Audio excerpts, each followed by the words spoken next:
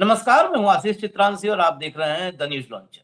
दुनिया में आतंकवाद या आतंकवादी किसे कहते हैं, इसकी परिभाषा अमेरिका और इजराइल तो कम से कम नहीं तय कर सकते। ईरान के वार्ताकारों को मारना हो, ईरान के रिजिम में एक लेयर को एलिमिनेट करना हो, ईरान के भीतर घुस करके उसके जो साथी संगठन हैं, उनके लीडर्स को मारना हो, इन टारगेट किलिंग्स में इजराइल दुनिया में सबसे कुख्यात है, सबसे कुख्यात। और ऐसे टारगेट किलिंग जो किसी भी देश की सॉवरेनिटी को, संप्रभुता को खंडित करती हो या चोट पहुंचाती हो, वो आतंकवाद की श्रेणी में आती है। यानी इजराइल, अगर आज की तारीख में कहा जाए कि दुनिया में सबसे बड़ा आतंक है, तो इजराइल है। इजराइल से शत्रुता पूर्ण व्यवहार जिस भी देश का है, उस देश में टारगेट किलिंग के खतरे हमेशा होते हैं। लेकिन ये चलिए, ये भूमिका छोड़ दीजिए, टारगेट किलिंग कौन करता है और आतंकी कौन। इस्लामाबाद में पीस टॉक में स्पीकर, ईरान की संसद के स्पीकर गलीबाफ, ईरान के विदेश मंत्री अब्बास अरागची और 71 एक्सपर्ट्स इस्लामाबाद में मौजूद। वार्ता फेल हो गई, लेकिन वार्ता फेल होने से पहले एक धमकी आती है। धमकी आती है कि अगर वार्ता फेल हो गई तो वार्ताकारों की हत्या कर दी जाएगी, इस्लामाबाद में ही उनको एलिमिनेट कर दिया जाएगा, मार दिया। इस धमकी पर जब ये धमकी आई कि ईरान के विदेश मंत्री को, ईरान की संसद के स्पीकर को, 71 महत्वपूर्ण एक्सपर्ट्स जो देश के लिए बड़े अहम हैं, उन सबको मार दिया जाएगा, हत्या कर दी जाएगी, तो फिर आईआरजीसी आउट ऑफ कंट्रोल हो गई। फिर वो भी आग बबूला हो गई। ईरान के विदेश मंत्रालय के प्रवक्ता की तरफ से भी स्टेटमेंट आया। निंदा ही नहीं, ये धमकी युद्ध की विभीषिका को भीषण बनाने के संकेत देने वाली थी। और इस धमकी के बाद आखिरकार वार्ता फेल हो गई। वार्ता फेल कैसे हुई, पिछले कार्यक्रम में हमने आपको दिखाया था। और भी इस मामले में थोड़ा और डिटेल धीरे-धीरे आएगी। दरअसल खबर तो ये भी है कि जब वार्ता चल रही थी, तो आप वार्ता में एक एम्पावर्ड कमेटी भेजते हो। वो ताकतवर कमेटी होती है। आप वार्ता में ऐसे लोगों को नहीं भेजते हो कि जो हर बात पर पूछें कि पापा नाश्ता कर लें, खाना खा लें, प्यास लगी पानी पी लें। 21 घंटे में कितने बार जेडी वांस ने फोन किया ट्रंप को, ये सारी डिटेल धीरे-धीरे आ रही है।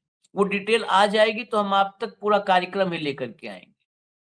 क्या ईरान से कोई ऐसी खबर आई, अब्बास अरागची या गलीबाफ ने वहां पर मुज्तबा खामनेई को फोन किया हो कि बताइए सुप्रीम लीडर क्या करना है?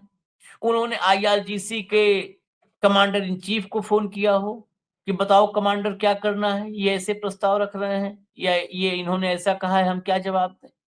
वहां से उनको 71 एक्सपर्ट के साथ इसीलिए भेजा गया कि जाइए, निर्णय लीजिए, देश का हित आप समझते हैं, जहां पर आप तकनीकी रूप से समझने में मुश्किल में फंसेंगे, वहां पर एक्सपर्ट हैं, हर फील्ड के एक्सपर्ट आपके साथ हैं, ये आपके साथ डिस्कस करेंगे। लेकिन अमेरिका में स्थिति वैसी नहीं थी। अमेरिका में भेज तो दिया गया, तारीख तो तय हो गई, और उसके बाद मेलानिया, ट्रंप की पत्नी का स्कैंडल और बर्बाद करने की धमकी आ गई। ये बर्बाद करने की धमकी इस टाइमिंग पर, सीज फायर के बाद शांति वार्ता जिस पर पूरी दुनिया की नजर थी, उसी वक्त ट्रंप की पत्नी मेलानिया से जुड़े हुए स्कैंडल की चर्चा क्यों हुई? क्यों हवाई जहाज की चर्चा हुई? क्यों एप्स्टीन और मेलानिया के संबंधों की चर्चा हुई? क्यों तमाम फोटोग्राफ्स जारी हुए और कहा गया कि अब तुम्हें और तुम्हारे पति दोनों को बर्बाद करें? क्या इसीलिए जेडी वांस और ट्रंप दोनों फोन पर कनेक्ट हो गए? बार-बार ट्रंप ने कहा कि वार्ता फेल करो, हम एक तरफ धमकी दिलवाएंगे, धमकियां जाएंगी, वार्ताकारों की हत्या की, तुम शर्तें रखो। ये मामला पूरा कॉम्प्लिकेटेड है। और फिर हम कहें युद्ध अपराध से शुरू हुआ ये युद्ध फिर एक और बड़े अपराध की तरफ बढ़ता नजर आ रहा है अमेरिका और इजराइल की तरफ से। कोई डाउट नहीं है ये कि नहीं अमेरिका क्या करता है हम देखते हैं स्टैंड, ऐसा स्टैंड स्टैंड हमारा नहीं क्लियर करना है। बिल्कुल क्लियर दिख रहा है, जो चीज बिल्कुल आईने की तरह साफ है उस पर हमको धूल फेंकने की जरूरत नहीं है। भाऊ को ले आइए, मैं आपको खबर दिखाऊं जरा। स्वागत है भाऊ। भैया हेडलाइन लाइए, प्रेस टीवी की हेडलाइन लाइए। Iran condemns assassination threats against Iranian negotiators in US media. America की मीडिया में एक खबर थी कि जो नेगोशिएटर हैं, जो वार्ताकार हैं ईरान की तरफ से, उनकी वार्ता फेल होने की स्थिति में हत्या कर दी जाएगी। जरा खबर भीतर दिखा दीजिए, मैं खबर ही बता दूं आपको, फिर इस खबर के मायने जरूर समझना होगा कि वार्ता के बीच ऐसा सब होना ही, ये वार्ता थी ही नहीं। और जितने पॉइंट्स आपको मिलेंगे, मैं दर्शकों से मैं भी कह रहा हूं, जो कुछ हमारे यहाँ हैं जिनको पता ही नहीं चलता है कि किसको अगरबत्ती दिखानी है, नेतन्याहू पूजा करने लगते हैं, बताओ इस देश की विडंबना है, वो उसको अगरबत्ती दिखाने लगते हैं कुछ कुछ। तो उन सबको भी कह रहा हूं कि ढूंढ के लाओ वो पॉइंट्स, डालो, हमको लगेगा कि हाँ वैलिड पॉइंट्स लेकर के आओ, थेथरा ही नहीं, तो हम दिखा देंगे कि नहीं यहाँ भाई ईरान की गलती थी। एक एक स्टेप पर देखिए आप। ईरान के विदेश मंत्रालय के प्रवक्ता इस्माइल बगाई ने अमेरिकी मीडिया में ईरानी वार्ताकारों को दी जा रही जानलेवा धमकियों की निंदा की है। मैं हिंदी पूरा बता रहा हूं इसका। ये धमकियां अमेरिका के साथ चल रही वार्ता के बीच दी जा रही हैं, जिसका उद्देश्य देश के खिलाफ अमेरिका इजराइल के आक्रमण को अस्थायी रूप से समाप्त करना है। वो शांति वार्ता, उसके बीच ये धमकी। शनिवार को अपने एक्स अकाउंट पर एक पोस्ट में बगाई ने कहा कि अमेरिकी सरकार और मीडिया में ईरानी वार्ताकारों की हत्या की धमकियां, अगर मौजूदा वार्ता विफल रहती है तो हिंसा के जरिए जबरन वसूली को सामान्य बनाने की कोशिश का हिस्सा है। उन्होंने पोस्ट में कहा, क्या वास्तव में एक ऐसी नीति नहीं है जो आतंक, हिंसा और हत्या की धमकी या सार्वजनिक उकसावे के जरिए जबरन वसूली को सामान्य बनाती है? खुद अमेरिकी वार्ता के लिए पाकिस्तानी राजधानी इस्लामाबाद में ईरानी प्रतिनिधिमंडल के साथ मौजूद प्रवक्ता ने कहा कि ये धमकियां अमेरिकी सरकार के उन दावों के बीच आई हैं जिनमें ईरान पर सद्भावना की कमी और वार्ता के दौरान जबरन वसूली में शामिल होने का आरोप लगाया गया है। ये पाकिस्तान में ही मौजूद थे, जो प्रतिनिधिमंडल गया उसके साथ ही, और वहीं से ये पोस्ट उन्होंने किया। राज्य आतंकवाद के लिए इस खुले सार्वजनिक उकसावे की सभी को निंदा करनी चाहिए। बगाई ने कहा ये कि इसकी सबको निंदा करनी चाहिए। विशेषज्ञों का मानना है कि अमेरिका के धुर दक्षिणपंथी राजनीतिक खेमा, जो अमेरिका का है, वो ईरान पर अमेरिका इजराइल के आक्रमण के परिणाम से स्पष्ट रूप से निराश है, जो फरवरी के अंत में शुरू हुआ और पिछले सप्ताह पाकिस्तान की मध्यस्थता से 2 सप्ताह के युद्ध विराम पर समाप्त हुआ। यह आक्रमण ईरान में सत्ता परिवर्तन लाने के उद्देश्य से वरिष्ठ ईरानी राजनीतिक और सैन्य नेताओं की हत्या के साथ शुरू हुआ और जारी रहा। हालांकि अमेरिकी सरकार ने अंततः पाकिस्तान में चल रही मौजूदा वार्ताओं को शुरू करने के लिए ईरान की शर्तों के आधार के रूप में स्वीकार किया। ईरानी अधिकारियों ने संकेत दिया है कि वे ईरान में अमेरिका और इजराइल शासन द्वारा की गई सभी हत्याओं के लिए मुआवजे की मांग करेंगे। हत्याओं से शुरू हुआ, मतलब ये जो 28 फरवरी को युद्ध शुरू हुआ था, उस पर गौर कीजिए, आप पीछे जाइए। हत्याओं से ही ये युद्ध शुरू हुआ था और शांति वार्ता के बीच भी हत्या की धमकी है। हटा दीजिए अब इसको, खबर को। भाऊ, ये शांति वार्ता चल रही है या जैसे मुंबई में माफियाओं का, हमको लगता है माफिया भी शायद ऐसा नहीं करते होंगे, उनमें जो हम लोग फिल्मों में देखते हैं कि मांडवली हो रही है दो माफिया के बीच में, उधर अंडर नीचे टेबल के नीचे पिस्टल लगा रखा है, पिस्टल लगा नहीं, करके नीचे चिपका रखा है टीप से, वो जो सीन था, वो सीन था गॉडफादर फिल्म से उठाया हुआ था वास्तव में। हाँ गॉडफादर जो फिल्म आई थी, बहुत बड़ी नॉवेल थी गॉडफादर, उस पर बहुत बड़ी फिल्म बनी थी, उस फिल्म से उठाया हुआ सीन था। लेकिन ऐसा होता नहीं वास्तविकता में। जब मांडवली होती है तो दो एक दूसरे के घर जाते हैं, बातचीत होती, और ऐसा यहाँ पे तो कम से कम तीसरी जगह पे, वहां पे तो मुझे याद है कि जब थापा की मीटिंग होनी थी, तो जो एक मीडिएटर थे उन्होंने थापा को दगड़ी चाड़ में लेके गए थे अरुण गौड़ी के यहाँ बात करने के लिए। लेकिन अरुण गौड़ी के यहाँ पे भी ये था कि शान में कोई कमी होनी नहीं चाहिए थापा की, जो भी एक भाई है इज्जत से पेश होगा सब। लेकिन ये तो बहुत छिछोरे है ये, बिल्कुल। मतलब ये जैसे छोटे छोटे बच्चे नहीं बात करते, वैसी बात हो रही गई है कि आप निगोशिएशन नहीं होगा तो इनको मार डालो सबको। हलवा है। यदि वो मारे जाते तो ये वापस जाते। ये सब इजरायली सोच है। वहां मीडिया भी इजरायली लोग कंट्रोल करते कुछ हद तक, क्योंकि फाइनेंस उनके हाथ में है अमेरिका में। तो ये जो हत्या करवाना, कोवर्ट ऑपरेशन चलवाना, ये काम इजराइल करता आ रहा है सालों से। मोसाद यही करता आ रहा है।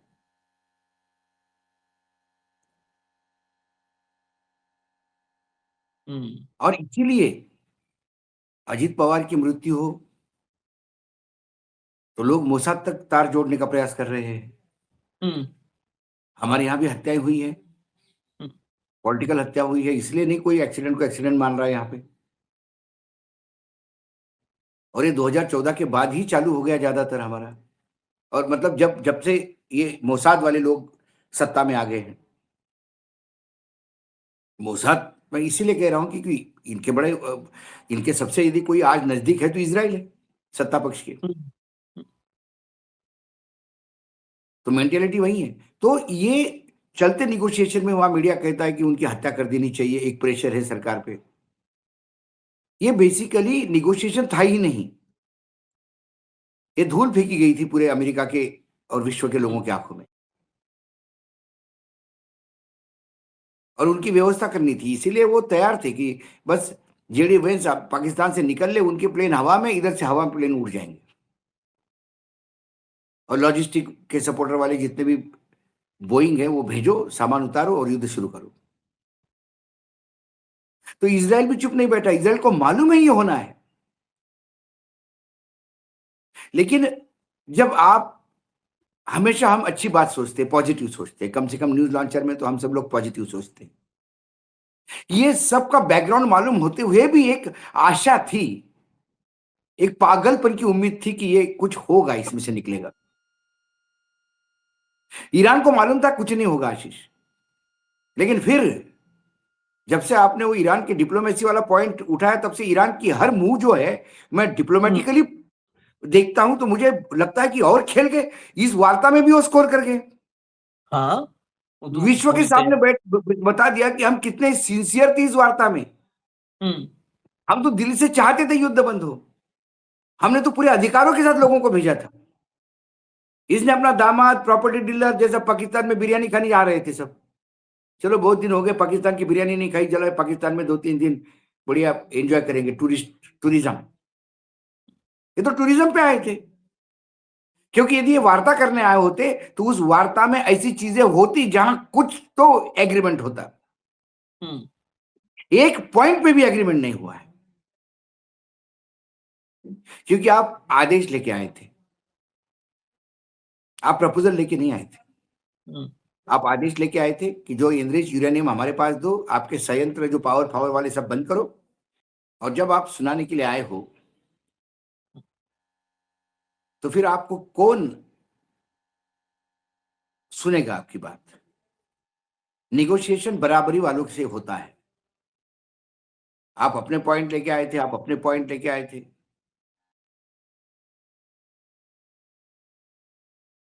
पॉइंट तो दरअसल इसमें कुछ थे ही नहीं। पॉइंट क्या थे, अब आपको मैं दिखाता हूं पॉइंट क्या थे। नेटवर्क इशू आ रहा है। पॉइंट जब मैं आपको जब तक भाव जुड़ रहे हैं तब तक मैं दिखाता हूं। जरा एक हेडलाइन है, लाइए।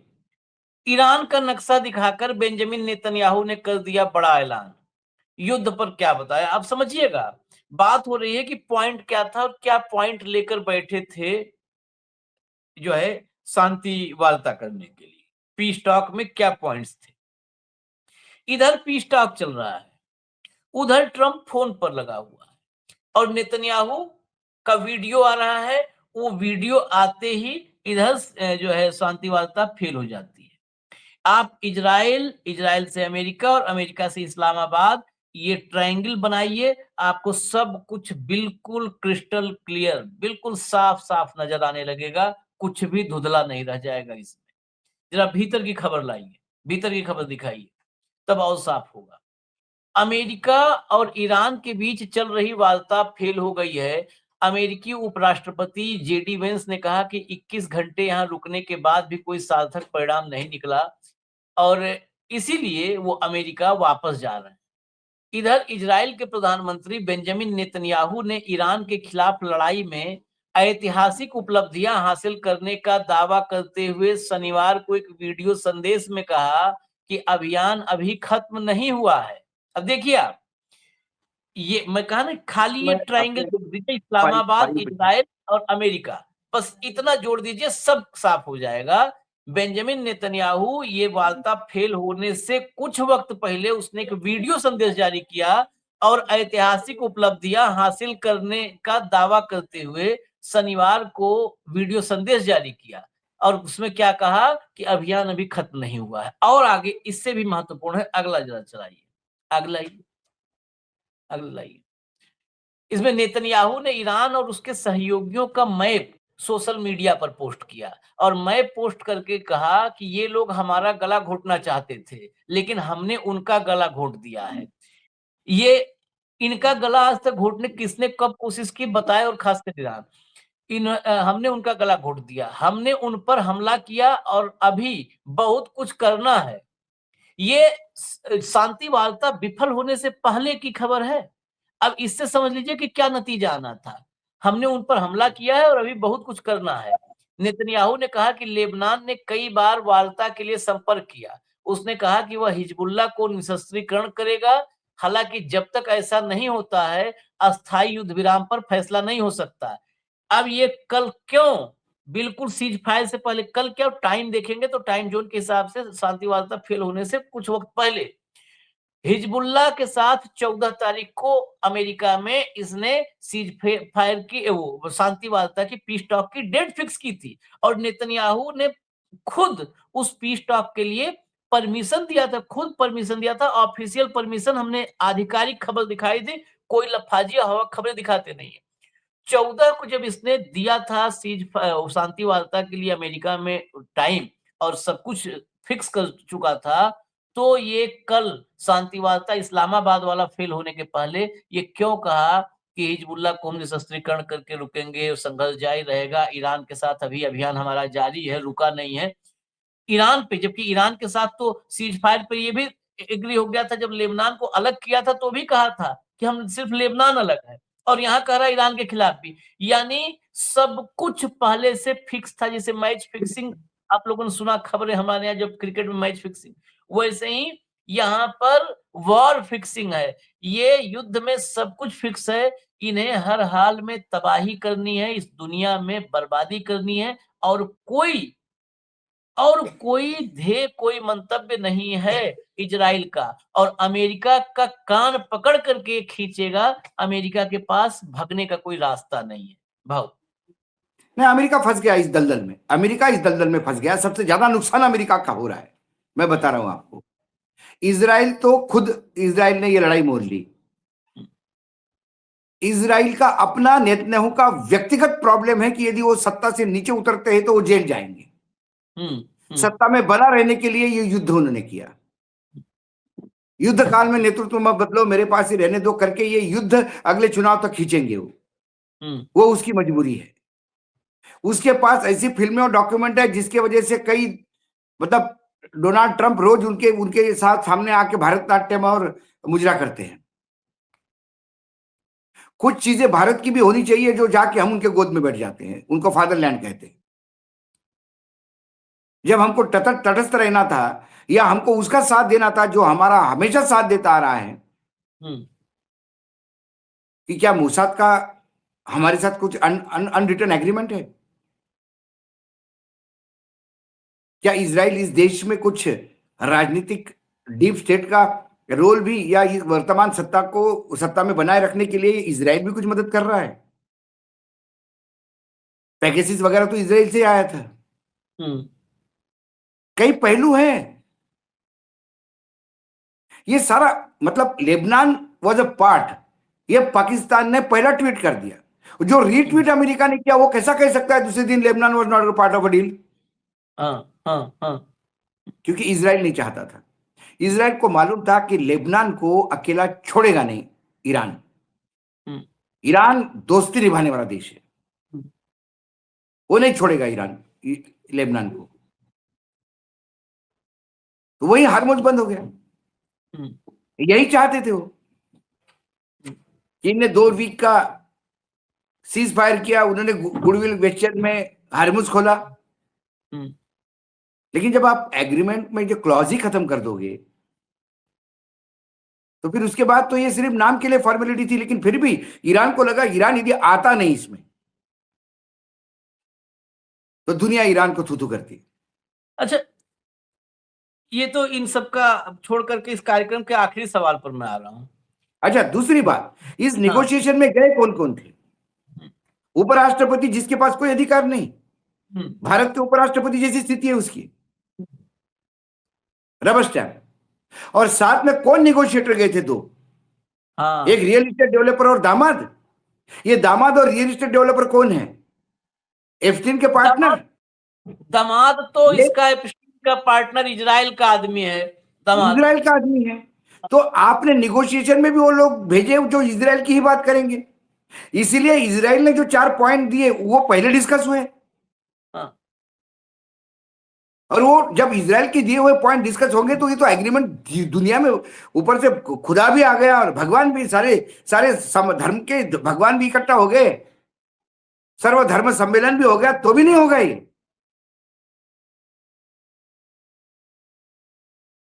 तो आपने ये जानबूझ के किया। आपके पास क्या परराष्ट्र मंत्री नहीं था? आपका डिफेंस मिनिस्टर नहीं आ सकता था?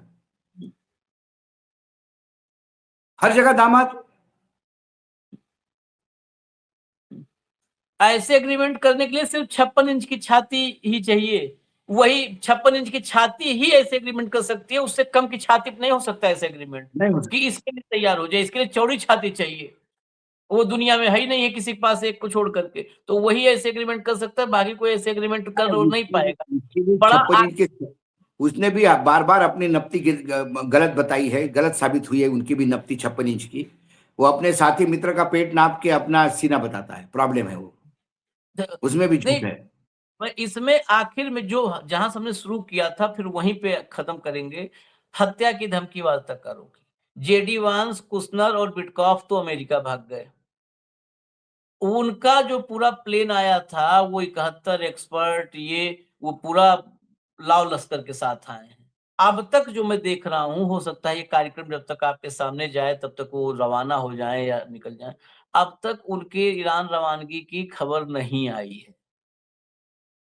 और उनका वो जाएंगे भी, देखिए इन पर मुझे तो भरोसा नहीं है और ईरान को भी नहीं होगा। ईरान को तो कतई नहीं।